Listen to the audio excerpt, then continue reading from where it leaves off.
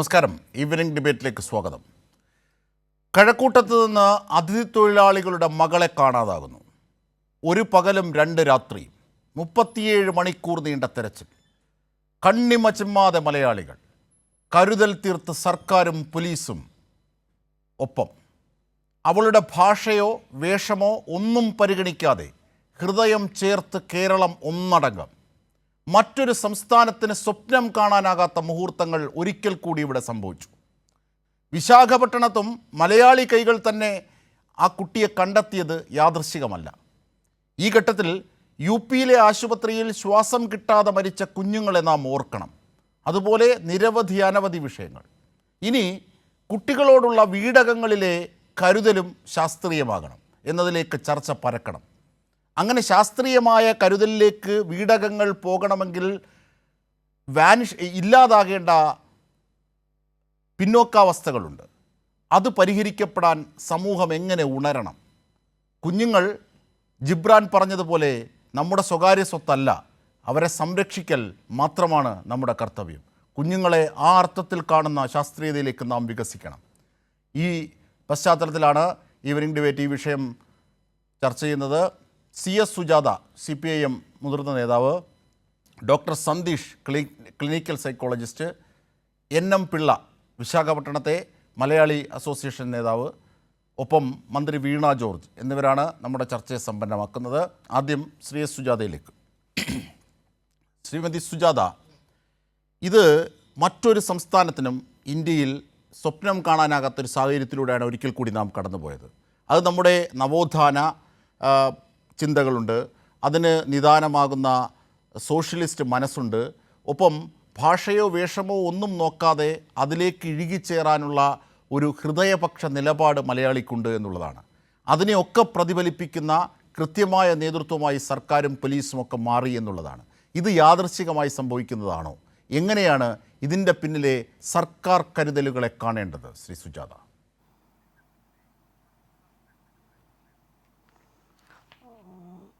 ആദ്യമായിട്ട് 37 മണിക്കൂർ നമ്മളെല്ലാം വളരെ ആശങ്കയോടെ മുന്നോട്ട് പോയിക്കൊണ്ടിരുന്നതാണ്. കാരണം ഈ രക്ഷകർത്താക്കൾക്ക് നഷ്ടപ്പെട്ട മോളെ തിരിച്ചു കിട്ടുന്നതിന് വേണ്ടിയിട്ടുള്ള എല്ലാ തരത്തിലുള്ള ഇടപെടലും ഗവൺമെൻറ്റിൻ്റെ ഭാഗത്തു നിന്നുണ്ടാകുമെന്ന് നമുക്കറിയാം. പക്ഷേ കുഞ്ഞിനെ കൈ കിട്ടുന്നിടം വരെ വലിയ ആശങ്ക തന്നെയായിരുന്നു. ഇപ്പോൾ എന്തായാലും അവൾ സുരക്ഷിതമായ കരങ്ങളിലാണ്. അവൾ അച്ഛനമ്മമാരോട് സംസാരിച്ചു. ഈ കാര്യത്തിൽ കുഞ്ഞിനെ ഈ നിലയിൽ ലഭിക്കുന്നതിൽ സംസ്ഥാന ഗവൺമെൻറ് എടുത്ത എഫർട്ട്, അതോടൊപ്പം തന്നെ വിടാതെ ഇവിടുന്ന് പോയ ഘട്ടം മുതൽ തന്നെ പോലീസ് നടത്തിയിട്ടുള്ള ഇടപെടൽ, ഇതിനെല്ലാം ഉപരിയായി വിശാഖപട്ടണത്ത് നിന്ന് ആ കുട്ടിയെ കണ്ടെടുക്കുന്നതിൽ അവിടുത്തെ മലയാളി അസോസിയേഷൻ, ഈ ചർച്ചയിൽ ശ്രീ പിള്ള പങ്കെടുക്കുന്നുണ്ട്. ഞാൻ രാവിലെ അദ്ദേഹവുമായിട്ട് സംസാരിച്ചിരുന്നു. അപ്പോൾ അദ്ദേഹത്തിൻ്റെ നേതൃത്വത്തിൽ മലയാളി സമാജം നടത്തിയിട്ടുള്ള പ്രവർത്തനങ്ങളെയും അങ്ങേയറ്റം ശ്ലാഘിക്കുകയാണ്. തീർച്ചയായിട്ടും ഇത് കേരളം ഈ പല കാര്യങ്ങളിലും നമ്മുടെ ഗവൺമെൻറ് അല്ലെങ്കിൽ നമ്മുടെ സംസ്ഥാനം സ്വീകരിക്കുന്ന ഏറ്റവും ശരിയായിട്ടുള്ള നിലപാട് നമ്മൾ കണ്ടിട്ടുള്ളതാണ്. ഇപ്പോൾ ഈ മോള് ഒരു അതിഥി തൊഴിലാളികളുടെ കുഞ്ഞാണ്. അതിഥി തൊഴിലാളികളോട് എങ്ങനെയാണ് ഇന്ത്യയിലെ പല സംസ്ഥാനങ്ങളും കോവിഡ് കാലത്ത് അവരോട് പെരുമാറിയെന്ന് നമ്മൾ കണ്ടു. കിലോമീറ്ററുകളോളം സഞ്ചരിച്ച് ഇടയ്ക്ക് വെച്ച് മരിച്ചു വീണവരുണ്ട്, അല്ലെങ്കിൽ ജീവിതത്തിൻ്റെ എല്ലാ പ്രതീക്ഷകളും നഷ്ടപ്പെട്ട് മുന്നോട്ട് പോയ രാജ്യത്തെ അതിഥി തൊഴിലാളികളെ കണ്ടവരായിരുന്നു നമ്മൾ. അപ്പോഴും കേരളത്തിൽ പണിയെടുത്ത് ജീവിതം നല്ല നിലയിൽ മുന്നോട്ട് കൊണ്ടുപോകുന്ന അതിഥി തൊഴിലാളി സഹോദരങ്ങളെ കൃത്യമായി സംരക്ഷിക്കാനും അവരെ വീടുകളിലെത്തിക്കാനും നമ്മുടെ ഗവൺമെൻറ് എടുത്ത നടപടിയെ രാജ്യമാകെ തന്നെ പ്രകീർത്തിക്കുകയുണ്ടായി. കുഞ്ഞുങ്ങളെ സംബന്ധിച്ച് പറയുമ്പോൾ നമ്മുടെ രാജ്യത്ത് ഓരോ ദിവസവും കാണാതാകുന്ന പെൺകുട്ടികളുടെ എണ്ണം കൂടിക്കൊണ്ടിരിക്കുകയാണ്. രാജ്യത്ത് നമുക്കറിയാം ഏതെല്ലാം പ്രയാസങ്ങൾ വന്നാലും കഷ്ടപ്പെടുന്നത് സ്ത്രീകളും കുഞ്ഞുങ്ങളുമാണ്. അത് പ്രകൃതി ദുരന്തം വന്നാലും, അല്ലെങ്കിൽ മഹാമാരി വന്നാലും, അല്ലെങ്കിൽ ദാരിദ്ര്യവും പട്ടിണിയും വന്നാലും ഒക്കെ കുഞ്ഞുങ്ങളാണ് പ്രയാസപ്പെടുന്നത്. ആക്രമിക്കപ്പെടുന്ന കുഞ്ഞുങ്ങളുടെ എണ്ണം ഇന്ത്യയിൽ കൂടിക്കൊണ്ടിരിക്കുന്നു. അവിടെയാണ് അന്യസംസ്ഥാന തൊഴിലാളികളായ സഹോദരങ്ങളുടെ കുഞ്ഞു മോളെ നഷ്ടപ്പെട്ടപ്പോൾ ആ കുടുംബത്തിനും നമുക്ക് ഓരോരുത്തർക്കും ഉണ്ടായിട്ടുള്ള വേദന, അതിൻ്റെ വ്യാപ്തി കൃത്യമായും തിരിച്ചറിഞ്ഞുകൊണ്ട് തന്നെയാണ് നമ്മുടെ ഗവൺമെൻറ് അതിൻ്റെ എല്ലാ സംവിധാനവും ഏറ്റവും ഫലപ്രദമായി അതിന് ഞാൻ ആ വകുപ്പിനെയും അതിന് നേതൃത്വം കൊടുത്ത എല്ലാവരെയും ഈ അവസരത്തിൽ അഭിവാദ്യം ചെയ്യുകയാണ്. കാരണം കുഞ്ഞിനെ നമുക്ക് തിരിച്ചു കിട്ടിയിരിക്കുന്നു. കുഞ്ഞിനെ വീണ്ടെടുക്കുന്നതിന് വേണ്ടി ഓരോരുത്തരും നടത്തിയിട്ടുള്ള പ്രവർത്തനങ്ങളും വളരെ മാതൃകാപരമാണ്. കേരളത്തിൻ്റെ പ്രത്യേകതയാണിത്. അതായത് കേരളം ഇന്ത്യക്ക് മാതൃകയാണെന്ന് നമ്മൾ പറയുന്നത് ചുമ്മാതല്ല, ഇത്തരം കാര്യങ്ങളിലാണ്. അതിവിടെ അജിംഷാദ് സൂചിപ്പിച്ച പോലെ ഈ നവോത്ഥാന നായകന്മാർ ഉഴുതുമറിച്ച മണ്ണ്, 57 മുതൽ അധികാരത്തിൽ വന്ന കമ്മ്യൂണിസ്റ്റ് ഇടതുപക്ഷ ഗവൺമെൻറ്റുകൾ നടത്തിയിട്ടുള്ള പ്രവർത്തനങ്ങൾ, അതുകൊണ്ടാണ് ഏത് സൂചിക എടുത്തു നോക്കിയാലും നമ്മൾ ഒന്നാം സ്ഥാനത്ത് നിൽക്കുന്നത്. അത് വിദ്യാഭ്യാസമാകട്ടെ, ആരോഗ്യമാകട്ടെ, തൊഴിൽ സംസ്കാരമാകട്ടെ, ഹാപ്പിനെസ് ഇൻഡെക്സ് ആകട്ടെ, ഏതെടുത്ത് നോക്കിയാലും ഇന്ത്യയിലെ മറ്റു സംസ്ഥാനങ്ങളെക്കാൾ നമ്മൾ ബഹുദൂരം മുന്നിലാകുന്നു. കുറ്റവാളികളെ നിയമത്തിൻ്റെ മുമ്പിൽ കൊണ്ടുവരുന്ന കാര്യത്തിൽ, അതായത് ഏതാണ്ട് ഒരു വർഷം മുമ്പാണ് ആലുവായിലെ ഒരു തൊഴിലാളിയുടെ കുഞ്ഞ്, ഒരു മോള്, അവൾ ദാരുണമായി കൊല ചെയ്യപ്പെട്ട ഘട്ടം, ബലാത്സംഗം ചെയ്ത മോളെ കൊന്ന ഘട്ടത്തിൽ ആ കുറ്റവാളിയെയും ദിവസങ്ങൾക്കുള്ളിൽ നിയമത്തിൻ്റെ മുമ്പിൽ കൊണ്ടുവരുവാൻ നമ്മുടെ ഗവൺമെൻറ്റിന് സാധിച്ചിട്ടുണ്ടായിരുന്നു. ഇവിടെയും ഈ കുട്ടിയെ കാണാതായ ഘട്ടം മുതലുണ്ടായ നമ്മുടെ ആശങ്ക, അതെല്ലാം ദൂരീകരിക്കത്തക്ക രൂപത്തിൽ വളരെ വളരെ നമ്മൾ പറയില്ലേ, സടകുടഞ്ഞ് ഒരു സംവിധാനമാകെ പ്രവർത്തിച്ചതിൻ്റെ ഫലമായിട്ടാണ് ഈ രൂപത്തിൽ നമുക്കിന്ന് സമാധാനത്തോടെ ഇത്തരം ചർച്ചകളിലടക്കം പങ്കെടുക്കാൻ കഴിയുന്നത് എന്നുകൂടി പറയുവാൻ ഞാൻ ആഗ്രഹിക്കുകയാണ്. തീർച്ചയായും. കാരണം ഇത് യാദർശികമല്ല, ഇതൊരിക്കൽ പൊട്ടി വീണതല്ല. ശ്രീമതി സുജാത സൂചിപ്പിച്ചതുപോലെ ഇത് ശാസ്ത്രീയമായി ചിട്ടപ്പെടുത്തി എടുത്ത ഒരു സാമൂഹിക പ്രത്യയശാസ്ത്രം അതിൻ്റെ പിന്നിലുണ്ട്. അതടക്കം നാം പരിശോധിക്കപ്പെടണം. ഇവിടെ നോക്കൂ, യു.പിയിൽ എത്ര കുഞ്ഞുങ്ങളാണ് ശ്വാസം കിട്ടാതെ സർക്കാർ ആശുപത്രിയിൽ മരിച്ചു വീണത്. അതിനെതിരെ ഫൈറ്റ് ചെയ്ത കഫീൽ ഖാൻ എന്ന ഡോക്ടറെ പോലും അറ്റാക്ക് ചെയ്യുന്ന തരത്തിലേക്ക് പോവുകയാണ് ചെയ്തത്. ഇതുപോലെ എത്രയെത്ര ഉദാഹരണം. ഇപ്പോൾ CS സുജാത സൂചിപ്പിച്ച വലിയൊരു സംഭവമാണ്. കാരണം യുപിയിലും ബീഹാറിലും അടക്കമാണ് ഏറ്റവും കൂടുതൽ കുട്ടികൾ കാണാതായിട്ടുള്ളതും പെൺകുട്ടികൾ. അവരെങ്ങോട്ടേക്കാണ് പോയത്, മനുഷ്യക്കടത്ത് എങ്ങനെയൊക്കെയാണ് സാധിച്ചതെന്നുള്ളതാണ്. കേരളത്തെ സംബന്ധിച്ച് അതൊക്കെ വളരെ അന്യതയിലുള്ള സംഭവങ്ങളാണ്. അങ്ങനെ രൂപപ്പെട്ട ഒരു സംസ്കാരത്തിൻ്റെ തുടർച്ച തന്നെയാണ് നാം ചെയ്തത്. ഇവിടെ നാം കാണേണ്ട മറ്റു ചില വശങ്ങൾ കൂടിയുണ്ട്. ഇതര സംസ്ഥാനത്ത് നിന്ന് എത്തുന്നവർക്ക് സ്വാഭാവികമായും കേരളത്തിൻ്റെ ഈ പ്രകാശ പ്രതിഫലിപ്പിക്കാനാകുന്നില്ല. അവരിലേക്ക് കൂടി നമ്മുടെ സംവിധാനങ്ങൾ എത്തുന്നതിൻ്റെ ശ്രമങ്ങളൊക്കെ സർക്കാർ തലത്തിൽ നടക്കുന്നുണ്ട്. അത് വലിയ അർത്ഥത്തിൽ ശ്ലാഘിക്കേണ്ടതാണ്. പക്ഷേ അത് പൂർണ്ണമാകുന്നില്ല എന്നുള്ളതാണ്. ഇപ്പോൾ ഈ കുട്ടിയെ കാണാതായ സംഭവം തന്നെ കേരളമായതുകൊണ്ടാണ് ഇങ്ങനെ. അവർ മാതാപിതാക്കൾ പോലും അത്ഭുതപ്പെട്ടു. ഇത്രയേറെ കരുതലോടുകൂടി നാം ശ്രദ്ധിക്കുന്നു, മാധ്യമങ്ങളിൽ അതിൻ്റെ ശ്രദ്ധയുണ്ടാകുന്നു. ഇങ്ങനെയുള്ള ഓരോ സംഭവങ്ങളും ഇതിനെയൊക്കെ എങ്ങനെയാണ് നമ്മൾക്ക് കാണേണ്ടത്? പരിഹരിക്കപ്പെടുന്നതിലേക്ക് പോകേണ്ടത് എങ്ങനെയാണ്?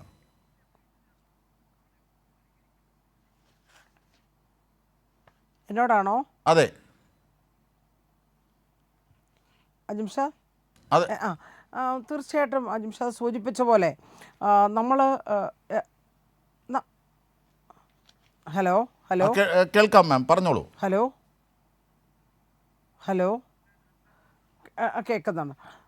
അതായത് ഇപ്പം ഓർമ്മപ്പെടുത്തിയതുപോലെ ഇന്ത്യയിലെ മറ്റു സംസ്ഥാനങ്ങൾ, ഇപ്പോൾ ഉത്തർപ്രദേശിൽ ഇപ്പോൾ ഡോക്ടർ കഫീൽ ഖാൻ കഴിഞ്ഞ ദിവസം ഈ വയനാട് സന്ദർശിക്കാൻ അദ്ദേഹം വന്നതൊക്കെ നമ്മൾ മാധ്യമങ്ങളിലൂടെ കാണുകയുണ്ടായി.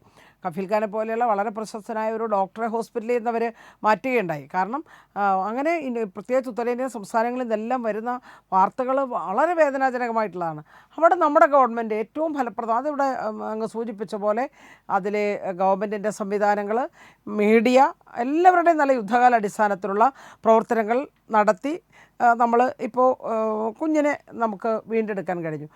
ഇത്തരത്തിലുള്ള സംഭവങ്ങൾ ആവർത്തിക്കാൻ പാടില്ല. അതിൽ ഇപ്പോൾ അതിഥി തൊഴിലാളികളായി വരുന്ന അവരെ സഹായിക്കുന്നതിന് വേണ്ടി ഇപ്പോൾ അവർക്കുള്ള പാർപ്പിട സൗകര്യം നമ്മൾ ഒരുക്കുന്നു ഇല്ലേ. അതുപോലെ തന്നെ അവർക്ക് കുഞ്ഞുങ്ങൾക്ക് പഠിക്കുന്നതിനാവശ്യമായിട്ടുള്ള കാര്യങ്ങൾ നമ്മൾ ചെയ്തു കൊടുക്കുന്നു. പക്ഷേ എന്നാലും നമ്മൾ ആഗ്രഹിക്കുന്ന രൂപത്തിലുള്ള മാറ്റം ഇനിയും കൊണ്ടുവരണമെന്നുള്ള അഭിപ്രായത്തോട് ഞാൻ പൂർണ്ണമായും യോജിക്കുകയാണ്. അതെങ്ങനെ വേണം? അത് വീടിൻ്റെ അന്തരീക്ഷം, കുഞ്ഞുങ്ങൾ പഠിക്കാൻ പോകുന്ന സ്ഥലങ്ങൾ, അവർ യാത്ര ചെയ്യുന്ന വഴികൾ, അതെല്ലാം വളരെ ശ്രദ്ധയോടെ തന്നെ നമ്മൾ നോക്കിക്കാണേണ്ടതായിട്ടുണ്ട്. അതിനെല്ലാം തീർച്ചയായിട്ടും ഗവൺമെൻറ് സംവിധാനമെല്ലാം ഈ കാര്യത്തിൽ ഏറ്റവും ഫലപ്രദമായി ഇടപെടുമെന്നാണ് ഞാൻ കരുതുന്നത്. കാരണം നമ്മളൊരു സംഭവം ഉണ്ടാകുമ്പോൾ ഇതുപോലെ കുറേ കാര്യങ്ങളെല്ലാം നമ്മൾ ഡിസ്കസ് ചെയ്യും. അതിൽ പിന്നെ നമ്മൾ മറ്റു പലത് വരുമ്പോൾ നമ്മൾ അങ്ങനെ അങ്ങ് പോവുകയും ചെയ്തു. അങ്ങനെ പോകാൻ പാടില്ല എന്നുള്ള അഭിപ്രായക്കാരിയാണ് ഞാൻ. കാരണം ഈ കാര്യത്തിൽ ഗവൺമെൻറ്റിന് വ്യക്തമായിട്ടുള്ള നിലപാടുണ്ട്. നമ്മുടെ സർക്കാർ ഓരോ ചെറിയ കാര്യങ്ങൾക്കും എടുക്കുന്ന ശ്രദ്ധയുണ്ടല്ലോ, അത് നമ്മുടെ പോലീസ് സംവിധാനമായിട്ട് ഇപ്പോൾ നമ്മൾ കണ്ടു. ഇപ്പോൾ ഉരുൾപൊട്ടൽ വയനാട്ടിലുണ്ടായപ്പോൾ ആ സഹോദരങ്ങളെ രക്ഷപ്പെടുത്തുന്നതിന് വേണ്ടി അവരുടെ തുടർന്നുള്ള എല്ലാ പ്രവർത്തനങ്ങൾക്കും ഓരോരുത്തരും ചെയ്യുന്ന കാര്യങ്ങൾ നമ്മൾ കാണുന്നു. അർജുന് വേണ്ടി നമ്മൾ കാത്തിരിക്കുന്നു. കാരണം അപ്പോൾ അർജുൻ്റെ തന്നെ അന്വേഷിച്ച് ചെല്ലുമ്പോൾ അവിടുത്തെ ആളുകൾക്ക് അത്ഭുതമാണ്, ഭരണ സംവിധാനത്തിന് അത്ഭുതമാണ്, മീഡിയയ്ക്ക് അത്ഭുതമാണ്. നിങ്ങളൊരാളെ കാണാതായപ്പോൾ കേരളം എത്ര അലർട്ടാണെന്നുള്ളത്, കേരളം എത്ര യുദ്ധകാലാടിസ്ഥാനത്തിൽ ഈ കാര്യങ്ങളിലൊക്കെ പ്രതികരിക്കുന്നു.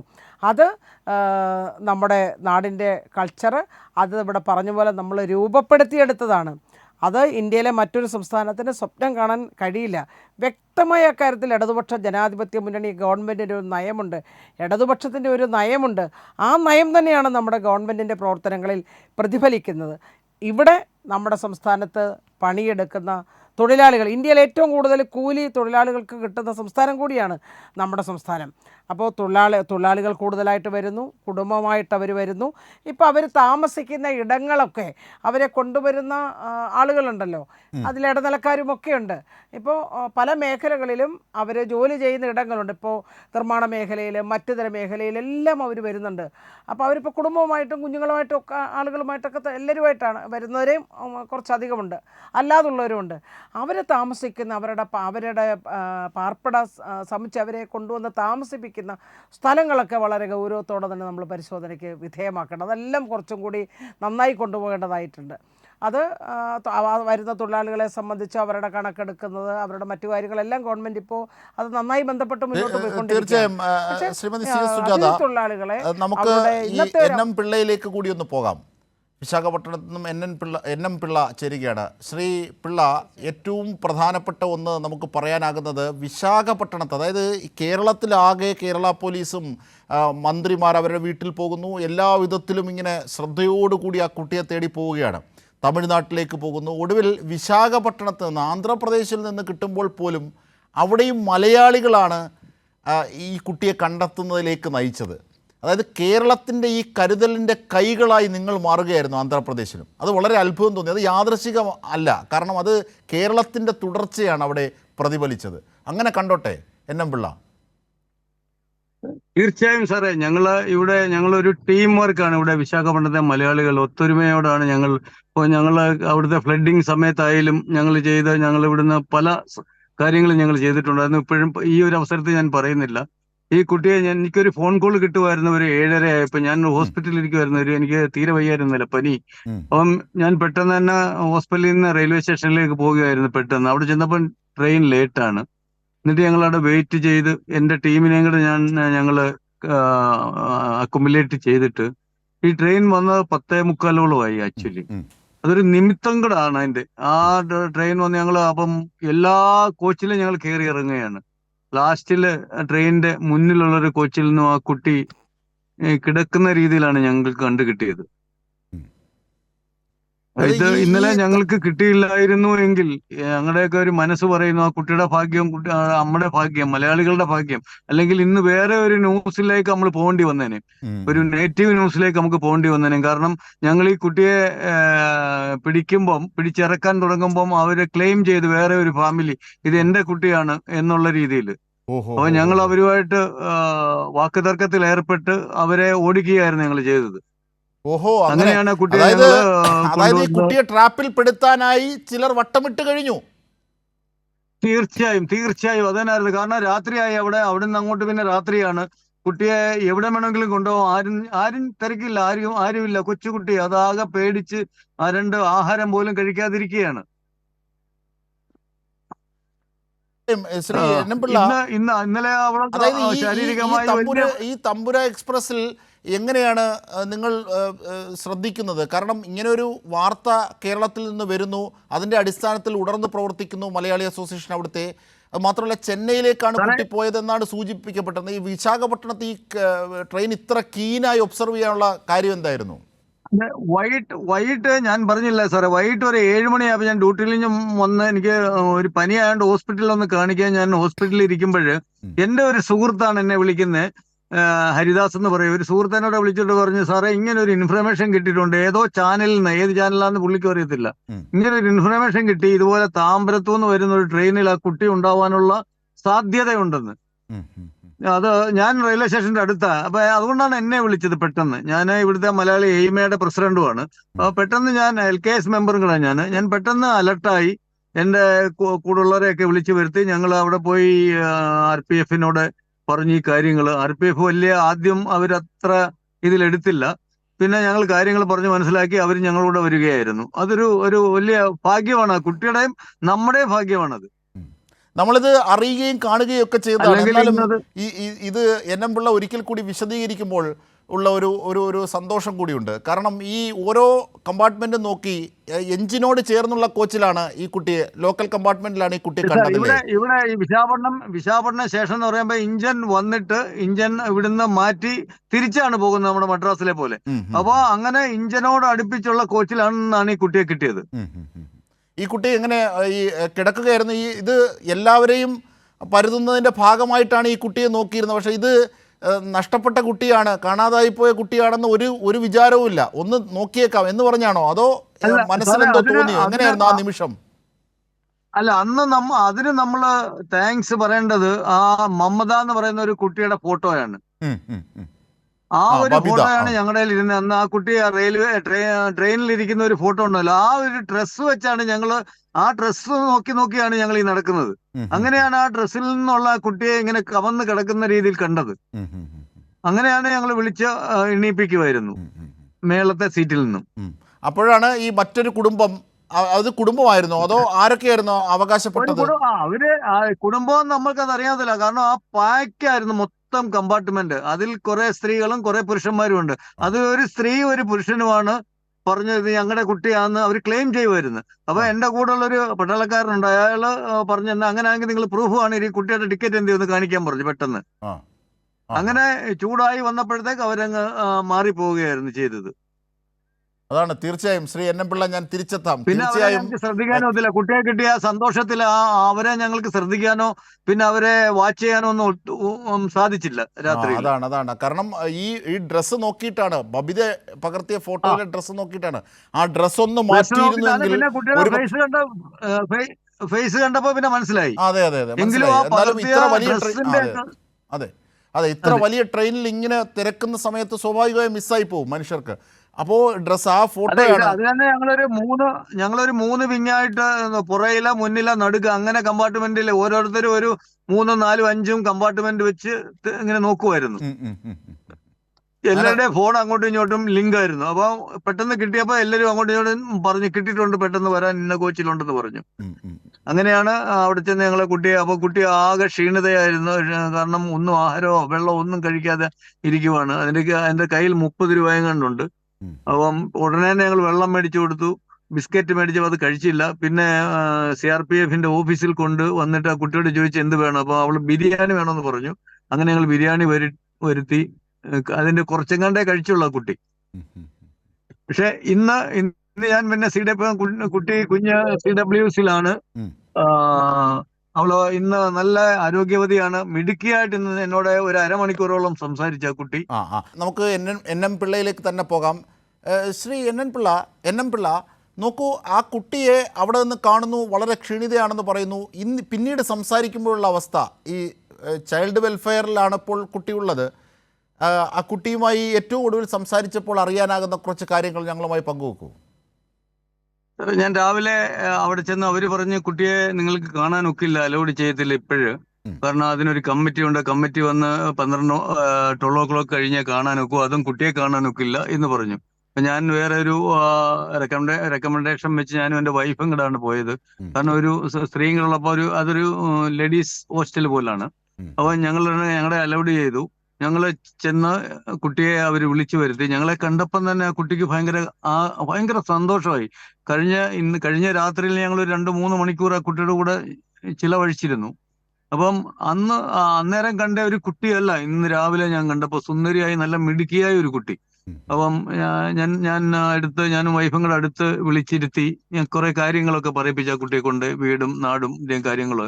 അപ്പൊ അത് പറയുന്ന കാര്യം ഇത് നമ്മൾ ഐഡന്റിറ്റി വെളിപ്പെടുത്തണ്ട. ആ കുട്ടി പറയുന്നത് അമ്മയുടെ അടുത്തോട്ട് പോകാൻ അല്പം പോലും താല്പര്യമില്ല എന്നാണ്. അച്ഛനെ വലിയ ഇഷ്ടമാണ് ആ കുട്ടിക്ക്. അമ്മ ഉപദ്രവിക്കും. അതുപോലെ വീട്ടുജോലികളെല്ലാം ഞാനാണ് ചെയ്യുന്നത്. എനിക്ക് പഠിക്കണം. ഞാൻ 7ാം ക്ലാസ്സിൽ പഠിക്കുവാണ്. എന്നെ സ്കൂളിൽ ചേർത്തു, പക്ഷെ എനിക്ക് പോകാനൊക്കുന്നില്ല. എനിക്ക് പഠിക്കാനാണ് താല്പര്യം എന്നാണ് കുട്ടി പറയുന്നത്. അതുപോലെ കുട്ടി പറയുന്നത്, ഞാൻ ചോദിച്ചു എന്തിനാണ് നീ ഇങ്ങനെ വീട്ടിൽ നിന്ന്, അത് വഴക്കിട്ട് ഇറങ്ങിയതാ. ഞാൻ ചോദിച്ചു എവിടെ പോകാനാ? അതെന്റെ താത്തിയുടെ അടുത്ത് പോകണം. അത് ആസാമിലാ ഉള്ളത്. താത്തിന്ന് എനിക്ക് എന്റെ ഒരു വിശ്വാസം അപ്പൂപ്പനോ അമ്മൂമ്മയോ ആയിരിക്കണം. അത് കുട്ടിയെ താത്ത എന്നാ പറയുന്നത്. അങ്ങനെ കുറെ നേരം, ഒരു ഏകദേശം 20 മിനിറ്റോളം ഞാൻ ഞങ്ങൾ രണ്ടുപേരും ആ കുട്ടിയായിട്ട് സംസാരിച്ചിരുന്നു. അത് വളരെ ഹാപ്പി ആയിട്ട് ഇന്നിരിക്കുന്നു. അവിടെ നിന്നാണ് ഞങ്ങൾ പുറത്ത് വന്ന്, പിന്നെ പുറത്ത് ഇതുവരെ ഞങ്ങൾ ഇപ്പോഴും അതിന്റെ പുറത്ത് കാറിട്ടാണ് ഞാൻ ഈ സംസാരിക്കുന്നത്. അതാണ് ശ്രീമതി CS സുജാത, നമ്മുടെ കരള് കണ്ണുമൊക്കെ നനയിപ്പിക്കുന്നതാണ്. കാരണം നമ്മുടെ അതിർത്തിയിൽ മാത്രം ഒതുങ്ങുന്നതല്ല ഈ കേരളം. അത് NM പിള്ളയെപ്പോലുള്ള മലയാളികളിലൂടെ കേരളത്തിന് പുറത്തേക്കും പോവുകയാണ്. അതാണ് അവിടെ നാം മനസ്സിലാക്കേണ്ടത്. 1. 2, ഏറ്റവും പ്രധാനപ്പെട്ടത്, മുത്തശ്ശിയുടെ അല്ലെങ്കിൽ മുത്തശ്ശൻ്റെ സ്നേഹം തേടിയിട്ടാണ് ആ കുട്ടി പോയത്. അതിൽ ഇടപെടേണ്ട സൈക്കോളജിക്കലായ മനഃശാസ്ത്രപരമായ എലമെൻ്റ് ഒരുപാടുണ്ട്. സുജാത.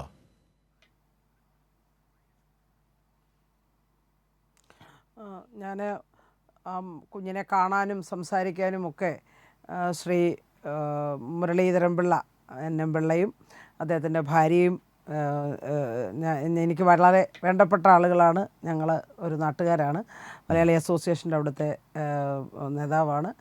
ലോക കേരള സഭാംഗമാണ്. എന്തായാലും അദ്ദേഹത്തിൻ്റെ നേതൃത്വത്തിൽ അവിടുത്തെ വിശാഖപട്ടണത്തെ മലയാളി സഹോദരങ്ങൾ ഉണർന്ന് പ്രവർത്തിക്കുകയും അവർ വളരെ ചിട്ടയോടുകൂടി വളരെ ശുഷ്കാന്തിയോടെ പ്രവർത്തിച്ചതിൻ്റെ ഫലമായിട്ടാണ് ആ മോളെ നമുക്ക് കണ്ടുകിട്ടാൻ കഴിഞ്ഞത്. അല്ലെങ്കിൽ ഒരു പക്ഷേ ഇവിടെ പറഞ്ഞ പോലെ തളർന്നുറങ്ങുന്ന ഒരു കുഞ്ഞ്, കൂടെയുള്ള യാത്രക്കാർ അവർ തന്നെ ഞങ്ങളുടെ കുഞ്ഞാണെന്ന് പറയുകയും തർക്കിക്കാൻ വരികയും ചെയ്യുന്നു.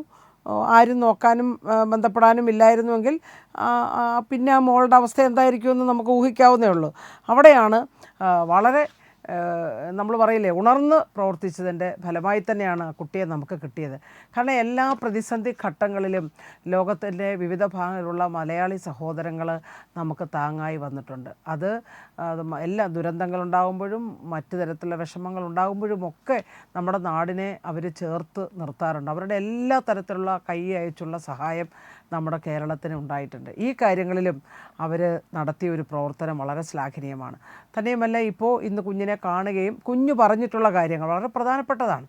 അതായത് അവളുടെ ആഗ്രഹം എന്ന് പറയുന്നത് അവൾക്ക് പഠിക്കണം. വീട്ടിൽ നിന്ന് ഉള്ള ക്രൂരമായിട്ടുള്ള ഉപദ്രവം, കാരണം അതെല്ലാം വളരെ ഓരോ കുഞ്ഞും ഒന്നെയും അവരെ ഓരോ നമ്മൾ പറയില്ലേ, വ്യക്തിയായി കാണാൻ കഴിയുന്ന നിലയിലേക്ക് മാറേണ്ടതായിട്ടുണ്ട്. ഇവിടെ അപ്പൂപ്പനും അമ്മൂമ്മയും അല്ലെങ്കിൽ കൂട്ടുകുടുംബത്തിൽ വളർന്ന കുട്ടിയായിരിക്കണം. അപ്പോൾ അവിടെ നിന്ന് ഈ നാട്ടിൽ വന്നു, അച്ഛൻ്റെ അമ്മയുടെയും കൂടെ താമസിക്കുന്നു. അമ്മ ഈ പറഞ്ഞ പോലെ വീട്ടിലെ ജോലിയെല്ലാം പഠിപ്പിക്കുന്നു അല്ലെങ്കിൽ ഉപദ്രവിക്കുന്നു. അവൾക്ക് അമ്മയുടെ അടുക്കലേക്ക് പോകാൻ മനസ്സില്ല എന്ന് പറയുന്നു. ചിലപ്പോൾ അമ്മ എന്തുകൊണ്ടാണ് അവൾ നന്നാവട്ടെ എന്ന് കരുതി ഉപദേശിക്കുന്ന രക്ഷകർത്താക്കളും ഉണ്ട് നമ്മുടെ ഇടയിൽ, നമുക്കറിയാം അതൊക്കെ. പക്ഷേ വേറെ രൂപത്തിൽ ചിന്തിക്കുന്ന അതൊക്കെ ഒരു നമ്മൾ പറയില്ലേ, മാനസികമായി തന്നെ ഒരുപാട് പ്രയാസങ്ങളും ഒക്കെ ഉള്ള സ്ത്രീകളുമുണ്ട്. അവരും പല രൂപത്തിൽ കുഞ്ഞുങ്ങളെ ഉപദ്രവിക്കുകയും കുഞ്ഞുങ്ങളോട് മോശമായി പെരുമാറുന്ന വാർത്തകളും പുറത്തേക്ക് വന്നുകൊണ്ടിരിക്കുന്നു. ഇതെന്തായാലും നമുക്കിപ്പോൾ എന്താണ് സംഭവിച്ചിട്ടുള്ളതെന്ന് തീർച്ചയായും നമുക്ക് ഒപ്പം ഈ ഘട്ടത്തിൽ ഏറ്റവും ശാസ്ത്രീയമായി ഇതേ സംബന്ധിച്ച് പറയാൻ യോഗ്യനായ ഡോക്ടർ സന്തീഷ് കൂടി ഉണ്ട്. അദ്ദേഹം കോഴിക്കോട് ഈ പ്രാക്ടീസ് ചെയ്യുന്ന ആളാണ്. അത് മാത്രമല്ല, ഈ മനഃശാസ്ത്ര സംബന്ധിയായ കാര്യങ്ങൾ ക്ലിനിക്കൽ സൈക്കോളജിസ്റ്റ് കൂടിയാണ്. ശ്രീ സന്തീഷ്, കേൾക്കാമെങ്കിൽ, ഒരു കുഞ്ഞ് പഠിക്കണമെന്ന ആവശ്യവുമായി ബന്ധപ്പെട്ട് വീട്ടിൽ പ്രശ്നങ്ങളുണ്ടാകുന്നു, ആ കോൺഫ്ലിക്റ്റ് ഇറങ്ങിപ്പോകുന്നതിലേക്ക് നയിക്കുന്നു. പിന്നീട് ഈ കുട്ടിയെ കണ്ടെത്തുമ്പോൾ തിരിച്ച് അച്ഛനോട് വലിയ പ്രിയമാണ്, പക്ഷേ അമ്മയുടെ അടുത്തേക്ക് പോകാൻ താല്പര്യമില്ല. അമ്മ ജോലി ചെയ്യിക്കുന്നു, അവളുടെ ഇഷ്ടത്തിനനുസരിച്ച് പഠിക്കാൻ അനുവദിക്കുന്നില്ല. അവൾ പോകാൻ ഉദ്ദേശിച്ചത് അവളുടെ മുത്തശ്ശിയുടെ അടുത്തേക്കാണ്. അതായത് മുത്തശ്ശിയുടെയും മുത്തശ്ശൻ്റെയും ഒക്കെ സ്നേഹത്തിൻ്റെ പ്രത്യേകത നമുക്കറിയാം. അത് കലവറയില്ലാത്തതാണ്, മാതാപിതാക്കളെക്കാൾ ഒരുപക്ഷെ. അപ്പോൾ ആ സ്നേഹം തേടി അവൾ പോകുന്നു എന്നറിഞ്ഞപ്പോൾ ഓരോ മലയാളിയുടെയും കണ്ണും മനസ്സുമൊക്കെ നനയുകയാണ്. എങ്ങനെയാണ് ഇതിനെ ശാസ്ത്രീയമായി നമുക്ക് ചിട്ടപ്പെടുത്താനാകുന്നത്, കാണാനാകുന്നത്, പരിഹരിക്കാനാകുന്നത്?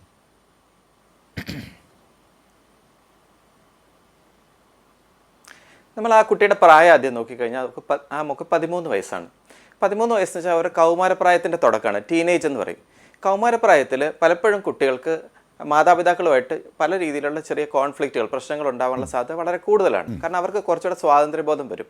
ഇപ്പം തൊട്ടുമുമ്പ് സൂചിപ്പിച്ച പോലെ അച്ഛനും അമ്മയാകുമ്പോൾ ഒരുപക്ഷെ മകളോടോ അല്ല മകനോടോ ചില നിയന്ത്രണങ്ങൾ ഏർപ്പെടുത്തും. പ്രത്യേകിച്ചും പെൺകുട്ടികളോട് നമുക്കറിയാം പലരും കുറച്ചുകൂടെ ആ ഒരു ഡബിൾ സ്റ്റാൻഡേർഡ് എന്ന് പറയും, കുറച്ചുകൂടെ നിയന്ത്രണം ഏർപ്പെടുത്താം.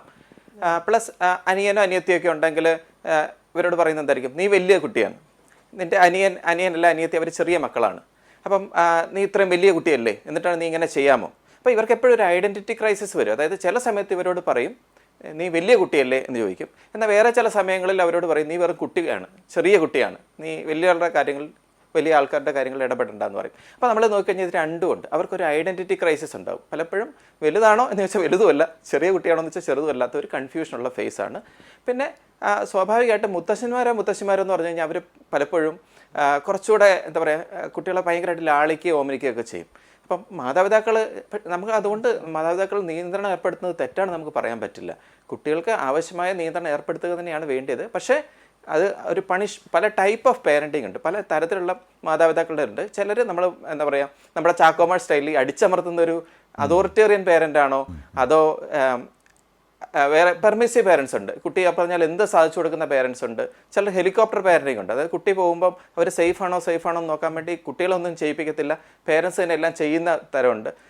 പല ടൈപ്പ് പേരൻറ്റിങ് ഉണ്ട്. അപ്പം ഇവിടെ ഒരു പക്ഷേ ഈ കുട്ടി നമുക്കറിയില്ല, കുട്ടി പറയുന്ന ഒരു വേർഷൻ മാത്രമേ നമുക്കിപ്പോൾ അറിയാവൂ. ആ കുട്ടിയുടെ മാതാപിതാക്കളോട് ചോദിക്കാതെ അല്ല അവരോട് പറയാതെ നമ്മളൊരിക്കലും അവരെ കുറ്റപ്പെടുന്നത് ഞാൻ പറയുന്നില്ല, പക്ഷെ നമ്മൾ ആ രീതിയിൽ ചിന്തിക്കാതിരിക്കുന്നതാണ് നല്ലതെന്ന് എനിക്ക് തോന്നുന്നു. കാരണം എല്ലാ മാതാപിതാക്കളും ബേസിക്കലി മക്കളെ ഇഷ്ടപ്പെടുന്നവർ തന്നെയാണ്. എന്നാൽ മുത്തശ്ശന്മാരെ കുറച്ച് കൂടുതൽ ആടിക്കാറുണ്ട്. അപ്പം പക്ഷേ എനിക്ക് തോന്നുന്നത്, താങ്കൾക്ക് ശാസ്ത്രീയമായി അറിയാം, എൻ്റെ തോന്നലാണ് ഞാൻ പറയുന്നത്, എന്നെ തിരുത്താം. കാരണം ഈ മാതാപിതാക്കൾ എന്ന് പറയുമ്പോൾ ഇതിനകത്ത് എല്ലാവരും ഭൗതിക എലമെൻ്റ് ഉണ്ടല്ലോ, ഇൻഡയറക്റ്റായി.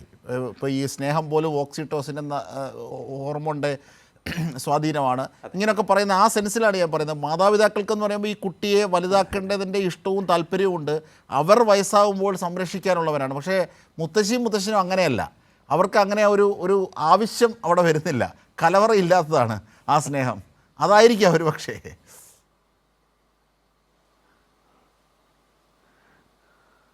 ഒരു പക്ഷേ നമുക്കത് അറിയില്ല എന്താണെന്നുള്ളത് ആക്ച്വലി. കാരണം പലപ്പോഴും ഇതിങ്ങനെ ഒരു കോൺഫ്ലിക്റ്റ് നമ്മുടെ അടുത്ത് പല കൺസൾട്ടേഷൻ വരുമ്പോഴും വരാറുണ്ട്. മുത്തശ്ശൻ കുട്ടി എന്ത് പറഞ്ഞാലും സമ്മതിച്ചു കൊടുക്കും, മാതാപിതാക്കൾ ചില കാര്യങ്ങൾ നിയന്ത്രണം ഏർപ്പെടുത്തും. അതുപോലെ തന്നെ ചെറിയ കുട്ടികളുമായിട്ടുള്ള പ്രശ്നങ്ങൾ വരുമ്പം പല കുട്ടികൾക്കും പ്രത്യേകിച്ചും കൗമാരപ്രായത്തിൽ തോന്നുന്നൊരു കാര്യമാണ്, എന്നോട് ഇവർക്ക് സ്നേഹം കുറവാണ്, എൻ്റെ അനിയനോട് അല്ല അനിയത്തിയോട് സ്നേഹം കൂടുതലാണ് എന്നൊക്കെ തോന്നുന്ന ഒരവസ്ഥയുണ്ട്. ഇനി ചില കേസുകളിൽ നമുക്കറിയാം ചില പേരൻസ് ഭയങ്കര പണിഷ് ചെയ്യുന്ന പേരൻസ് തന്നെയുണ്ട്. അപ്പം നമുക്കത് പ്രശ്നമുള്ളത് ഡോക്ടർ, ഇപ്പോൾ ഡോക്ടർ പറഞ്ഞ ഈ കാര്യത്തിൽ നിന്ന് നമുക്കും കൂടി ഉള്ള പാഠങ്ങൾ ഇതിൽ നിന്ന് എത്ര കണ്ട് പഠിച്ചെടുക്കാവുന്നതാണ്. ഞാൻ നേരത്തെ പറഞ്ഞു, ഈ ഭൗതികമായ താല്പര്യം എല്ലാത്തിനും ഒരു മോട്ടീവ് വേണം എന്ന് പറയുന്ന പോലെ ഒരു ബെനിഫിറ്റ് വേണം എന്നൊക്കെ നാം കാണുന്നു. പക്ഷേ ഒരു ബെനിഫിറ്റും ഇല്ലാതെ, ഒരു ബന്ധവും സ്വന്തവുമില്ലാതെ ഒരു മനുഷ്യൻ അവിടെ ഇപ്പോഴും കാത്തുകിടപ്പുണ്ട്. എൻ എം പിള്ള അദ്ദേഹം അവിടെ കാത്തുകിടക്കുകയാണ്. ആ കുട്ടിയുടെ ഉള്ള ചൈൽഡ് വെൽഫെയർ കമ്മിറ്റിയുടെ ആ ഓഫീസിന് പുറത്ത് അദ്ദേഹം അവിടെ കാത്തുകിടക്കുകയാണ്. അതാണ്. അപ്പോൾ അതുകൊണ്ട് നമ്മൾ എല്ലാം ബെനിഫിറ്റ് എന്നുള്ള അർത്ഥത്തിലല്ലേ ഞാൻ പറഞ്ഞു. അപ്പോൾ ആ മനുഷ്യനെ കണ്ടപ്പോൾ എനിക്ക് അതൊന്ന് പറയണമെന്ന് തോന്നിയതുകൊണ്ട് ഞാൻ ഉൾപ്പെടുത്തിയത്. അല്ലല്ല, തീർച്ചയായിട്ടും അൺകണ്ടീഷണൽ ആയിട്ടുള്ള അല്ല, നമ്മൾക്ക് അങ്ങനെയുള്ള മലയാളിക്ക് ആ മനസ്സുണ്ട്. മലയാളികളിൽ നമുക്ക് എല്ലാ മനുഷ്യർക്കും അങ്ങനെ ഒരു മനസ്സുണ്ട്. നമ്മൾ മറ്റുള്ളവരെ കെയർ ചെയ്യാനും കരുതാനുള്ള. നമ്മൾ വയനാടിൻ്റെ പ്രകൃതി ദുരന്തം വരുന്ന, ഇപ്പം ഞാനിപ്പോൾ അവിടെ നിന്ന് ആക്ച്വലി വന്നത്, ഞാൻ ഇന്ന് രാവിലെ അവിടെ നിന്ന് വന്നിട്ടേ ഉള്ളൂ. അവിടുത്തെ എത്രയോ വോളണ്ടിയേഴ്സ്, എത്രയോ അവിടുത്തെ ഗവൺമെൻറ് ഒഫീഷ്യൽസ് അവരെല്ലാം പ്രവർത്തിക്കുന്നതെന്ന് വെച്ച് കഴിഞ്ഞാൽ, അല്ലെങ്കിൽ ഈവൻ അവിടുത്തെ ഫുഡ് സർവ് ചെയ്യുന്ന കാറ്ററിംഗ് യൂണിറ്റിലുള്ള ആൾക്കാർ എല്ലാവരും ഒരു മനസ്സോടുകൂടി അവർ എഫേർട്ട് എടുത്ത് പ്രവർത്തിക്കുന്നുണ്ട്. അപ്പം നമുക്ക് ആ ഒരു ഒരുമ പല സ്ഥലങ്ങളിലും നമുക്ക് കാണാൻ പറ്റുന്നുണ്ട്. ഞാൻ പറയാം, മാതാപിതാക്കളും മക്കളെ അവരും കരുതുന്നുണ്ടാവും. അപ്പം ഞാൻ പറഞ്ഞ എന്തെങ്കിലും അവിടെ ഉണ്ടായ ഒരു ഇഷ്യൂ എന്താന്നുള്ളത് നമുക്ക് അറിയില്ല. ആക്ച്വലി പക്ഷേ ഇതിന്റെ പശ്ചാത്തലത്തിൽ നമുക്ക് മറ്റു മാതാപിതാക്കൾക്ക് കൂടി ഉള്ള ഒരു ശാസ്ത്രീയ ഉപദേശമാണ്. അപ്പോൾ ഈ ഇളയ കുട്ടി ഇളയതാണ് അല്ലെങ്കിൽ മൂത്തതാണ് എന്ന് പറഞ്ഞുകൊണ്ട് നമ്മൾ കമ്പാരിസൺ നടത്തരുത്, അല്ലേ? അത് ശരിയല്ല. ഈ ഐഡന്റിറ്റി ക്രൈസിസ് ഉണ്ടാകുന്നതിലേക്കൊക്കെ നയിക്കപ്പെടും അത്. അപ്പോൾ അത് നമ്മളുടെ മാതാപിതാക്കളും അത് ശ്രദ്ധിക്കേണ്ടതുണ്ട്. അതെ അതെ അല്ലേ ഡോക്ടർ? തീർച്ചയായിട്ടും നമ്മൾ ഇപ്പം നമുക്ക് ഈ ടോം ആൻഡ് ജെറി പോലെയാണ് പല കുടുംബത്തിലും. അതായത് മൂത്തതെല്ലാം ടോമും ഉള്ളത് ജെറിയും. ഇളയ കുട്ടികൾക്ക് എപ്പോഴും പേരൻസിനെ ഹാൻഡിൽ ചെയ്യാൻ അറിയാം. മൂത്ത കുട്ടികൾ പഞ്ചപാവങ്ങളായിരിക്കും പല കേസുകളിൽ നമ്മൾ നോക്കിക്കഴിഞ്ഞ് കഴിഞ്ഞാൽ. അപ്പം ഇളയ കുട്ടികളെ പേരൻസിന് നന്നായിട്ട് ഹാൻഡിൽ ചെയ്യും. പേരൻസ് അവരുടെ എല്ലാ പരീക്ഷണങ്ങളും നടത്താൻ മൂത്തതിലാണ്. അപ്പം അവരുടെ എല്ലാ പ്രതീക്ഷകളും മൂത്ത കുട്ടികളിലേക്ക് അവർ അർപ്പിക്കുന്നു. പേരൻസ് ആഗ്രഹിക്കുന്ന പോലെ ആവണമെന്ന് ആഗ്രഹിക്കുന്നു. അതിൽ നിന്നൊരു മാറ്റം വരുമ്പം പേരൻസ് റിയാക്ട് ചെയ്യുന്നു. എന്നാൽ ഇളയ കുട്ടികൾ വരുമ്പോൾ ഇവർ കുറച്ച് എക്സ്പീരിയൻസ് ആകുന്നതുകൊണ്ട് തന്നെ ഇവർ പറയും ഓക്കെ ഇതിങ്ങനെ മതി എന്ന് പറയും. അപ്പോൾ പലപ്പോഴും മൂത്ത കുട്ടികൾ ഇപ്പോൾ 1 വയസ്സിൻ്റെ കൂടുതലുള്ള ഒരാൾക്ക് 3 വയസ്സ്, ഒരാൾക്ക് 2 വയസ്സാണെങ്കിൽ 3 വയസ്സുകാരനല്ലേ 3 വയസ്സുകാരി എപ്പോഴും മൂത്തതും 2 വയസ്സുകാരൻ എപ്പോഴും ഇളയതും. പിന്നെ അവർ 14-15 വയസ്സാകുമ്പോഴും അതെ 15 വയസ്സുകാരൻ മൂത്തതും 14 എപ്പോഴും ഇളയതെന്നുള്ള ആ ഒരു ആറ്റിറ്റ്യൂഡ് വരുമ്പം ഇവർക്ക് എപ്പോഴും പല കാര്യങ്ങളിലും നിയന്ത്രണം വരുന്നു. ഒത്തിരി റെസ്ട്രിക്ഷൻസ് ഉണ്ട്. മൂത്തതാണെന്നൊരു ഇതുണ്ട്. അത് പലപ്പോഴും മാതാപിതാക്കളെ ശ്രദ്ധിക്കുക തന്നെ ചെയ്യണം. അങ്ങനെ ഒരു ഇഷ്യൂ വരാത്ത രീതിയിൽ ഹാൻഡിൽ ചെയ്യാൻ പറ്റണം. ഇവിടെ ഈ കുട്ടിക്ക് പഠിക്കണം. ഈ കുട്ടിയെ കൊണ്ട് മാതാവ് ജോലി ചെയ്യിപ്പിക്കുന്നു. ഇപ്പോൾ നമ്മുടെ NM പിള്ളയോട് ആ കുട്ടി പറഞ്ഞതാണ്. കാരണം വളരെ കെയറോടുകൂടി ഈ ചൈൽഡ് വെൽഫെയർ കമ്മിറ്റിയിൽ ഏൽപ്പിക്കുന്നു. അതിനുശേഷം കേരളത്തിൽ നിന്നുള്ള പോലീസ് വരാൻ കാത്തിരിക്കുന്നു. അതുവരെ ഒരു കാവലാളായി അതിന് പുറത്ത് കാത്തുകിടക്കുകയാണ് കാറിൽ ഇപ്പോഴും. അതും പനി പിടിച്ചിട്ടും NM പിള്ള. അതെനിക്ക് എത്ര പറഞ്ഞിട്ടും മതിയാകുന്നില്ല. അതുകൊണ്ടാണ് എന്നിട്ട് ഭാര്യയുമൊത്ത് അവിടെ പോകുന്നു. ആ കുട്ടിയെ കാണുന്നു. കാരണം സ്വാഭാവികമായും ഒരു സ്ത്രീ സാന്നിധ്യം കൂടി വേണം എന്നതുകൊണ്ട് ഭാര്യയും കൂടി കൂട്ടി അവിടെ ചെല്ലുന്നു. എന്നിട്ട് ഈ കുട്ടിയോട് സംസാരിക്കുന്നു. അപ്പോൾ ഈ കുട്ടി പറഞ്ഞ ചില കാര്യങ്ങൾ ശ്രീ NM പിള്ള പറഞ്ഞത് ഇങ്ങനെയാണ്. കാരണം നോക്കൂ, ഈ മാതാവ് തല്ലുന്നു, ജോലി ചെയ്യാൻ പ്രേരിപ്പിക്കുന്നു, പഠിക്കാൻ അനുവദിക്കുന്നില്ല, ഇങ്ങനെയുള്ള പ്രശ്നങ്ങളുണ്ട്. അതുകൊണ്ട് അങ്ങോട്ടേക്ക് പോകാൻ എനിക്ക് മനസ്സില്ല എന്ന്.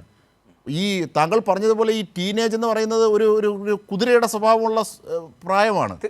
അപ്പോൾ അവിടെ നമ്മൾക്ക് കെയറോടുകൂടി ഹാൻഡിൽ ചെയ്യാൻ, പക്ഷേ അതിനൊന്നും പ്രാപ്തമായൊരു സാമൂഹിക മുന്നോക്കാവസ്ഥ അവർക്കില്ല. എന്തു ചെയ്യും അങ്ങനെയുള്ള കുട്ടികളുടെ കാര്യത്തിൽ ഡോക്ടർ സന്ദീഷ്? അത് കാര്യം ഉണ്ടാവാം.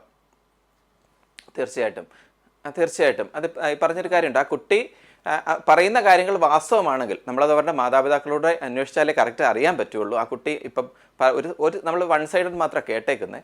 ഒരു പക്ഷേ ആ കുട്ടി പറയുന്ന സത്യമാണെങ്കിൽ, അതായത് കുട്ടിക്ക് പഠിക്കാനുള്ള സാഹചര്യം ഇല്ലെങ്കിൽ ആ കുട്ടിയുടെ ഫണ്ടമെൻ്റൽ റൈറ്റ്സ് തന്നെ വയലേറ്റ് ചെയ്യുന്നു എന്നുള്ളതാണ് ഇവിടെ അതിൻ്റെ അർത്ഥം. ഓക്കെ, അല്ലെങ്കിൽ ആ കുട്ടിക്ക് അനാവശ്യമായ പണിഷ്മെൻറ്റുകൾ കിട്ടുന്നുണ്ടെങ്കിൽ അത് വളരെ തീർച്ചയായിട്ടും അത് നമ്മൾ ഏറ്റെടുത്ത് അതിന് വേണ്ടുന്ന പരിഹാര മാർഗങ്ങൾ ചെയ്യേണ്ടത് തന്നെയാണ്. അങ്ങനെ പേരൻറ്റിങ് സ്റ്റൈലാണെങ്കിൽ അവർ തെറ്റാണ് ചെയ്യുന്നത്. അത് നമ്മൾ തിരുത്തുക തന്നെ വേണം എന്നാണ് എൻ്റെ അഭിപ്രായം. തീർച്ചയായും ചർച്ച തുടരുമ്പോൾ ശ്രീമതി CS സുജാതയിലേക്ക്. ശ്രീമതി CS സുജാത, അസം സ്വദേശികളായവരാണിവർ. ഇവർ തിരിച്ചിപ്പോൾ അസമിലേക്ക് പോകുന്നു. ഇടയ്ക്ക് കേരളത്തിലേക്ക് എത്തിയതാണ്. നോക്കൂ, ഈ പ്രാഥമിക വിദ്യാഭ്യാസം എന്ന് പറയുന്നത് അവരുടെ അവകാശമാണ്. അത് മൗലിക അവകാശത്തിൽപ്പെടുന്നതാണ്. അത് ഉറപ്പ് കൊടുക്കേണ്ടത് ഭരണകൂടമാണ് ഇന്ത്യയിലുള്ളത്. പക്ഷേ ഇതിലൊന്നും താല്പര്യമില്ല. ഇപ്പോൾ കേരളത്തിൽ അത് അന്യമായിരിക്കും. എല്ലാ കുട്ടികളും നിർബന്ധിതമായി വിദ്യാഭ്യാസം നടത്തുന്നുണ്ട് ഒക്കെ സാഹചര്യം, പൊതുവിദ്യാഭ്യാസത്തിലൂടെ ആയാലും മറ്റ് മേഖലകളിലൂടെ ആയാലും. പക്ഷേ പുറത്തുള്ള സംസ്ഥാനത്ത് ഇപ്പോഴും ഇതാണ്, പഠിക്കണമെന്നാഗ്രഹമുള്ള കുഞ്ഞിന് പോലും അക്ഷര വെളിച്ചം ലഭിക്കാത്ത സാഹചര്യം. ഇതൊക്കെ ഇന്ത്യൻ ഭരണകൂടം കാണുന്നുണ്ടോ ശ്രീമതി സുജാത? ഇതിൻ്റെ പിന്നിൽ തിളങ്ങുന്ന ചില രാഷ്ട്രീയ വസ്തുതകൾ. ഇന്ത്യൻ ഭരണകൂടം അതിന് വലിയ പരിഗണന കൊടുക്കുന്നില്ല എന്ന് നമ്മൾ കാണുന്നുണ്ടല്ലോ. അതായത് ബേട്ടി ബച്ചാവോ ബേട്ടി പഠാവോ എന്നൊക്കെയുള്ള വലിയ പ്രചരണം, ആ പ്രചരണത്തിന് വേണ്ടി കോടികൾ മുടക്കുന്ന നാടാണ് നമ്മുടെ നാട്. പക്ഷേ ഇന്ത്യ രാജ്യത്ത് ശരിക്കും ഈ കോവിഡ് കാലത്ത് നമ്മൾ കണ്ടാണ് കുഞ്ഞുങ്ങളുടെ പഠിക്കാനുള്ള സാഹചര്യം ഒരുക്കി കൊടുത്തതിൽ ഇന്ത്യയിൽ 1ാം സ്ഥാനത്ത് കേരളമാണ്. പക്ഷേ ഇന്ത്യയിൽ അന്ന് ഈ സാങ്കേതികവിദ്യ ഉപയോഗിച്ചുകൊണ്ട് അല്ലെ സോഷ്യൽ മീഡിയയിലെ ഫോണുമൊക്കെ ഉപയോഗിച്ചുകൊണ്ട് പഠിക്കാൻ കഴിഞ്ഞത് 21% കുഞ്ഞുങ്ങൾക്ക് മാത്രമാണ് ഇന്ത്യയിൽ. അതൊരു ഭാഗം. മറ്റൊന്ന്, സാർവത്രികവും സൗജന്യവും നിർബന്ധിതമായിട്ടുള്ള വിദ്യാഭ്യാസം ഇന്ത്യൻ ഭരണഘടന അംഗീകരിച്ചിട്ട് ഒരുപാട് കാലമായില്ല നമ്മുടെ രാജ്യത്ത്. സ്വാതന്ത്ര്യം കിട്ടി 78 വർഷമായിട്ടും പഠിക്കാൻ കഴിയാത്ത കുഞ്ഞുങ്ങളുടെ നാട് കൂടിയാണ് നമ്മുടെ നാട്. അതുപോലെ തന്നെ നല്ല ഭക്ഷണം കഴിക്കാൻ കഴിയുന്നില്ല. ഇപ്പോൾ ആഗോള പട്ടിണി സൂചികയിൽ നമ്മുടെ സ്ഥാനം 111. അതുപോലെ തന്നെ നമ്മുടെ രാജ്യത്തെ 57% വരുന്ന സ്ത്രീകൾക്കും കുഞ്ഞുങ്ങൾക്കും അല്ലെങ്കിൽ സ്ത്രീകൾക്ക് വളർച്ച ഉണ്ടാകുന്നു. സ്ത്രീകൾ ജന്മം കൊടുക്കുന്ന കുഞ്ഞുങ്ങൾക്കും വലിയ തോതിലുള്ള വിഷമവും പ്രയാസവും അനുഭവിക്കുന്ന നാട് കൂടിയാണ് നമ്മുടെ നാട്. മറ്റൊന്നുകൂടി, ശൈശവവിവാഹം നിരോധിച്ച രാജ്യമാണെങ്കിലും ശൈശവവിവാഹവും ഇന്ത്യ രാജ്യത്ത് ഉണ്ട് എന്ന് നമുക്കറിയാമല്ലോ. അത് ഏറ്റവും കൂടുതൽ ശൈശവവിവാഹം നടക്കുന്ന സംസ്ഥാനങ്ങളിൽ ഒന്നുകൂടിയാണ് ആസാം. അപ്പോൾ അത് വേറെ ടോപ്പിക്കാണ്. എൻ്റെ വിശദാംശങ്ങളിലേക്ക് ഞാൻ പോകുന്നില്ല. അപ്പോൾ അവർ ജനിച്ചു വളർന്ന അവരുടെ സംസ്ഥാനത്ത് ഒരുപാട് വിഷമവും ബുദ്ധിമുട്ടും കഷ്ടപ്പാടും എല്ലാം അവർ അനുഭവിക്കുന്നുണ്ട്. അതുകൊണ്ട് തന്നെയാണ് അവർ ജീവിതം തേടി നമ്മുടെ നാട്ടിലേക്ക് വരുന്നത്. ഇന്ത്യയുടെ പല ഭാഗങ്ങളിൽ നിന്നും തൊഴിലാളികളായി നമ്മുടെ നാട്ടിൽ വരുന്ന സഹോദരങ്ങളെ സഹായിക്കുന്നതിനുള്ള എല്ലാ മുൻകരുതലുകളും നമ്മുടെ ഗവൺമെൻറ് എടുത്തുകൊണ്ടിരിക്കുന്നു. അതിൽ ഈ പറഞ്ഞതുപോലെ കുഞ്ഞുങ്ങളുടെ വിദ്യാഭ്യാസം വളരെ പ്രധാനപ്പെട്ടാണ്. ഇപ്പോൾ അതിഥി തൊഴിലാളികളുടെ മക്കളിൽ ഫുൾ A+ വാങ്ങി പാസ്സാകുന്ന മക്കളുണ്ട്. മനോഹരമായി മലയാളം പറയുന്ന കുഞ്ഞുങ്ങളുണ്ട്.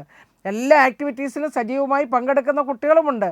എന്നാൽ പഠിക്കാൻ അവസരമില്ലാതെ അല്ലെങ്കിൽ അത് കൊടുക്കുന്ന കാര്യത്തിൽ രക്ഷകർത്താക്കൾക്ക് വേണ്ടത്ര അറിവില്ലായ്മയും മറ്റു സാമൂഹ്യ പ്രശ്നങ്ങളും എല്ലാം നിലനിൽക്കുന്നതുമുണ്ട്. ഇവിടെ എങ്ങനെയാണെന്നുള്ളത് നമുക്ക് നോക്കാം.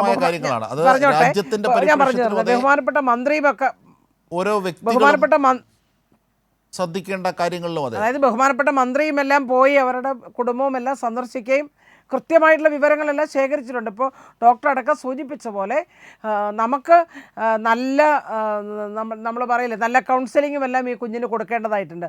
നല്ല സപ്പോർട്ട് നമുക്ക് കൊടുക്കേണ്ടതായിട്ടുണ്ട്. തീർച്ചയായിട്ടും അതെല്ലാം കൊടുക്കാൻ നമ്മുടെ ബഹുമാനപ്പെട്ട ഗവൺമെൻറ് അതുപോലെ തന്നെ മന്ത്രിയും എല്ലാം അക്കാര്യത്തിൽ ശ്രദ്ധിക്കുമെന്ന് നമുക്ക് നന്നായി തന്നെ അറിയാം. തീർച്ചയായും താങ്കൾക്ക് തിരക്കുണ്ടെന്നറിയാം. പക്ഷേ എന്നിരുന്നാലും ഇന്നലെ നമ്മൾ ഈ കുട്ടിയെ കണ്ടെത്തി ഇവർക്ക് കൈമാറുമ്പോഴുള്ള ശാരീരികാവസ്ഥ ചെറിയ ക്ഷീണമൊക്കെ ഉണ്ടായിരുന്നു. പക്ഷേ ഞങ്ങളുടെ കയ്യിൽ അന്നേരം ലഭിച്ചില്ലായിരുന്നു എങ്കിൽ സ്ഥിതി മറ്റൊന്നായനെ ആശങ്കപ്പെടുത്തുന്നത്. പക്ഷെ അതിലേക്ക് പോയില്ല. അത് മഹാഭാഗ്യം. ഭാഗ്യമല്ല, യഥാർത്ഥത്തിൽ അത് നിങ്ങളുടെ അധ്വാനം. മറ്റൊന്ന് ഇപ്പോഴത്തെ കുട്ടിയുടെ അവസ്ഥയും കുട്ടി പറഞ്ഞ ചില കാര്യങ്ങൾ ഈ അടിക്കും വളരെ ക്രൂരമായി മർദ്ദിക്കുമെന്നാണോ മാതാപിതാക്കൾ? അത് തെറ്റാണ് നിയമപരമായി. അതുകൊണ്ടാണ് അങ്ങനെയല്ല, ക്രൂരമായി മർദ്ദിക്കുമെന്നല്ല പറഞ്ഞത്. ഈ ഡോക്ടർ പറയുന്ന പോലെ അതിനകത്തിൽ ചില സൈക്കോളജിക്കൽ അതിനു മുമ്പ് പറയുന്നതിനും എനിക്ക് വളരെ അഭിമാനത്തോടെ പറയേണ്ട ഒരു കാര്യമുണ്ട്. എന്നോട് അവിടുത്തെ പോലീസുകാരും ഇന്ന് CWCയിൽ പോയപ്പോഴും എന്നോട് അവർ ചോദിച്ചത്, ഒരു കുട്ടിയെ മിസ്സാകാൻ ഇത്രയും നിങ്ങൾ അലർട്ടാവണമെന്നൊരു ചോദ്യം ചോദിച്ചു. രണ്ടിടത്തും ചോദിച്ചു. കാരണം CWD അവർ പറയുന്ന ദിവസവും 1-2 മിസ്സിംഗ് കേസുകൾ ഞങ്ങൾക്ക് വരാറുണ്ട്. അപ്പൊ ഞാൻ പറഞ്ഞു, ഇതാണ് സാറേ ഞങ്ങൾ മലയാളികൾ, അതിലുപരി ഒരു ഇടതുപക്ഷ സർക്കാരാണ് ഇന്ന് കേരളത്തിൽ ഭരിക്കുന്നതെന്ന്. അത് വളരെ അഭിമാനത്തോടെ എനിക്ക് പറയാൻ സാധിച്ചു. പിന്നെ ഈ കുട്ടിയുടെ കാര്യം പറയുമ്പോഴേ, കുട്ടി അങ്ങനെ ക്രൂരമർദ്ദനമല്ല. അത് ആ കുട്ടി അതൊരു വിഷമമാണത്. കാരണം അതിന് ഈ മർദ്ദനത്തിനേക്കാളും കൂടുതൽ ആ കുട്ടിക്ക് എഫക്റ്റ് ആവുന്ന അതിന് പഠിക്കണം എന്നൊരു താല്പര്യമുണ്ട്. അത് പഠിക്കുന്ന കുട്ടിയാണ്ട് സംസാരം കേട്ടാൽ നമ്മൾക്ക് മനസ്സിലാവും അത് പഠിക്കാൻ താല്പര്യമുള്ള കുട്ടിയാണെന്ന്. അത് 7ാം ക്ലാസ്സിലാണ് പഠിക്കുന്നത്, എനിക്ക് പഠിക്കണം, എനിക്ക് ഇംഗ്ലീഷ് കുട്ടി പറയുന്നുണ്ട്. തീർച്ചയായും അതാണ് കാരണം ഈ ഷിരൂരിലും ഒരു നമ്മുടെ അർജുന് വേണ്ടി തിരഞ്ഞപ്പോൾ അവർ ചോദിച്ചത് ഇതായിരുന്നു. ഈ മാധ്യമങ്ങളും ഇത്രയേറെ മലയാളികൾ ഇങ്ങനെ എത്തുന്നു, ഒരു ലോറി ഡ്രൈവറിന് രാഷ്ട്രീയത്തിൽ ഇത്രയേറെ സ്വാധീനമോ എന്ന് ഒരു കർണാടകക്കാരന് ഒരിക്കലും ചിന്തിക്കാൻ പറ്റില്ല നമ്മളയാളിയുടെ മനസ്സ് എന്ന് പറയുന്നത്.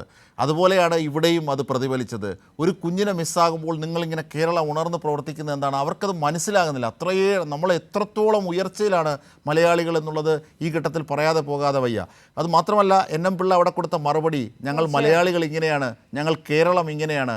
മാത്രമല്ല, ഇടതുപക്ഷ സർക്കാർ സ്വാഭാവികമായും ഭരിക്കുന്ന നാട് കൂടിയാണ്, അതിൻ്റെ പ്രതിഫലനമാണ് ഇതൊക്കെ എന്ന് പറയുന്നു. തീർച്ചയായും താങ്കൾ കേരളത്തിൻ്റെ ആ ആശയത്തിൻ്റെ പ്രതിനിധിയാവുകയായിരുന്നു അവിടെ. തീർച്ചയായും അഭിമാനമുണ്ട്. തീർച്ചയായും ഡോക്ടർ സന്ദീഷിലേക്ക്. ഡോക്ടർ, ഈ കുട്ടിയെ ഇപ്പോൾ അവിടെ CWCന്ന് ഇവിടെ തിരിച്ചു ഉടനെ എത്തിക്കും. കാരണം ഇവിടെ നിന്നുള്ള പോലീസ് സംഘം അവിടെ പോകുന്നു, മറ്റ് നടപടികളൊക്കെ ഉണ്ടാകുമല്ലോ, സാങ്കേതിക അർത്ഥത്തിലുള്ള നടപടിക്രമങ്ങളൊക്കെ കഴിഞ്ഞ് ഇവിടെ എത്തിക്കുമ്പോൾ ഈ കുട്ടിക്ക് കൗൺസിലിംഗ് നൽകേണ്ടതുണ്ടോ? എന്തൊക്കെയാണ് ഈ കുട്ടിയിൽ ശ്രദ്ധിക്കേണ്ടത്?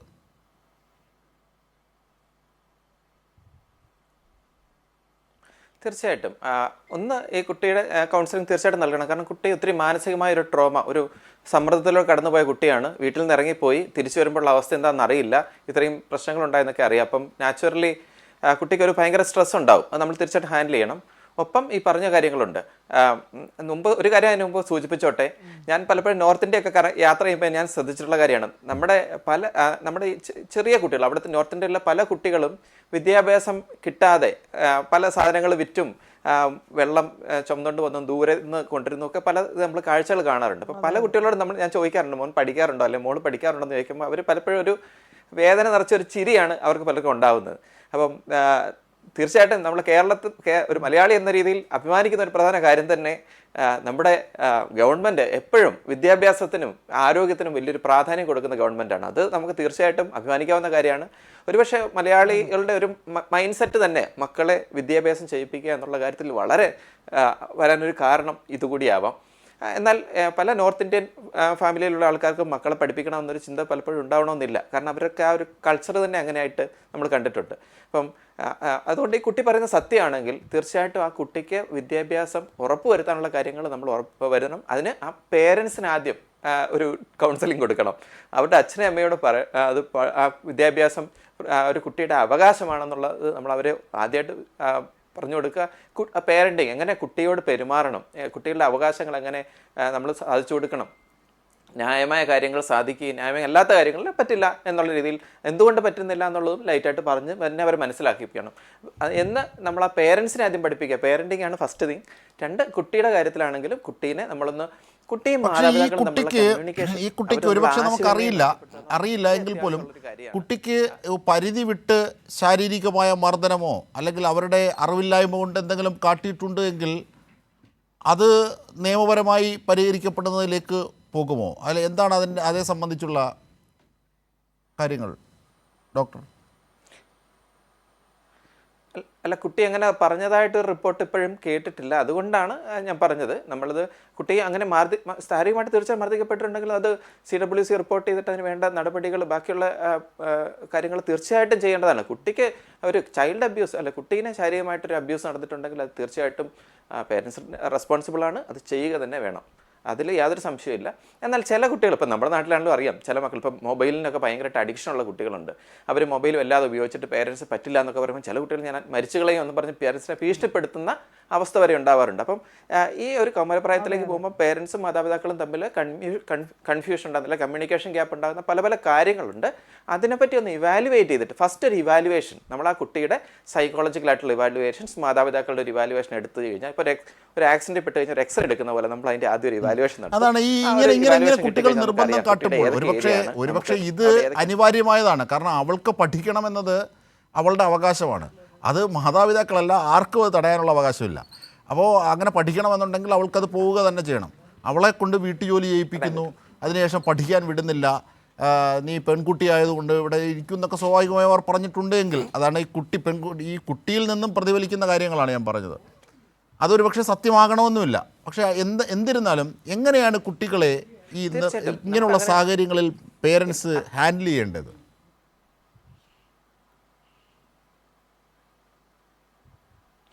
മാതാപിതാക്കൾ തീർച്ചയായിട്ടും, ഞാൻ പറഞ്ഞില്ല, കുട്ടികൾക്ക് ന്യായമായ അവകാശങ്ങൾ അവർക്ക് സാധിച്ചു കൊടുക്കുക തന്നെ ചെയ്യണം. അത് അവരുടെ കുട്ടികളുടെ അവകാശമാണ്. വിദ്യാഭ്യാസം തീർച്ചയായിട്ടും അവരുടെ ഒരു ഫണ്ടമെൻ്റൽ റൈറ്റ്സ് ആണ്. അത് തീർച്ചയായിട്ടും ചെയ്യുക തന്നെ വേണം. ആ കുട്ടിക്ക് പഠിക്കാൻ ഒരു ആഗ്രഹം ഉണ്ടെങ്കിൽ, അല്ലെങ്കിൽ ആഗ്രഹം ഉണ്ടെങ്കിൽ തന്നെ അല്ല, കുട്ടികളെ പഠിക്കാനുള്ള അവസരം മാതാപിതാക്കൾ ഒരുക്കുക തന്നെ ചെയ്യണം. തീർച്ചയായിട്ടും നമ്മുടെ ഗവൺമെൻറ് നമ്മുടെ അതിന് വേണ്ട കാര്യങ്ങൾ തീർച്ചയായും ഞാൻ ആ വിദ്യാഭ്യാസവും അവരുടെ അത്തരത്തിലുള്ള കാര്യങ്ങളും ഇതുവരെ കരുതലായി നിന്ന സർക്കാർ തീർച്ചയായും അതിൻ്റെ കാര്യത്തിൽ കെയർ ഉണ്ടാകും. അത് വി ശിവൻകുട്ടി ഉറപ്പ് നൽകുകയാണ്. അത് നമുക്ക് CS സുജാതയോട് ചോദിക്കുകയും ചെയ്യാം. തീർച്ചയായും ചർച്ച അതിൻ്റെ അവസാന ഘട്ടത്തിലേക്ക് കടക്കുമ്പോൾ ശ്രീമതി CS സുജാത, ഏറ്റവും പ്രധാനപ്പെട്ട ഒരു വിഷയം എന്ന് പറയുന്നത് ഈ കുട്ടിയുടെ കാര്യത്തിൽ ഇതുവരെ കരുതലോടുകൂടി തന്നെയാണ് വളരെ ശാസ്ത്രീയമായി നമ്മൾ മുമ്പോട്ട് പോയത്.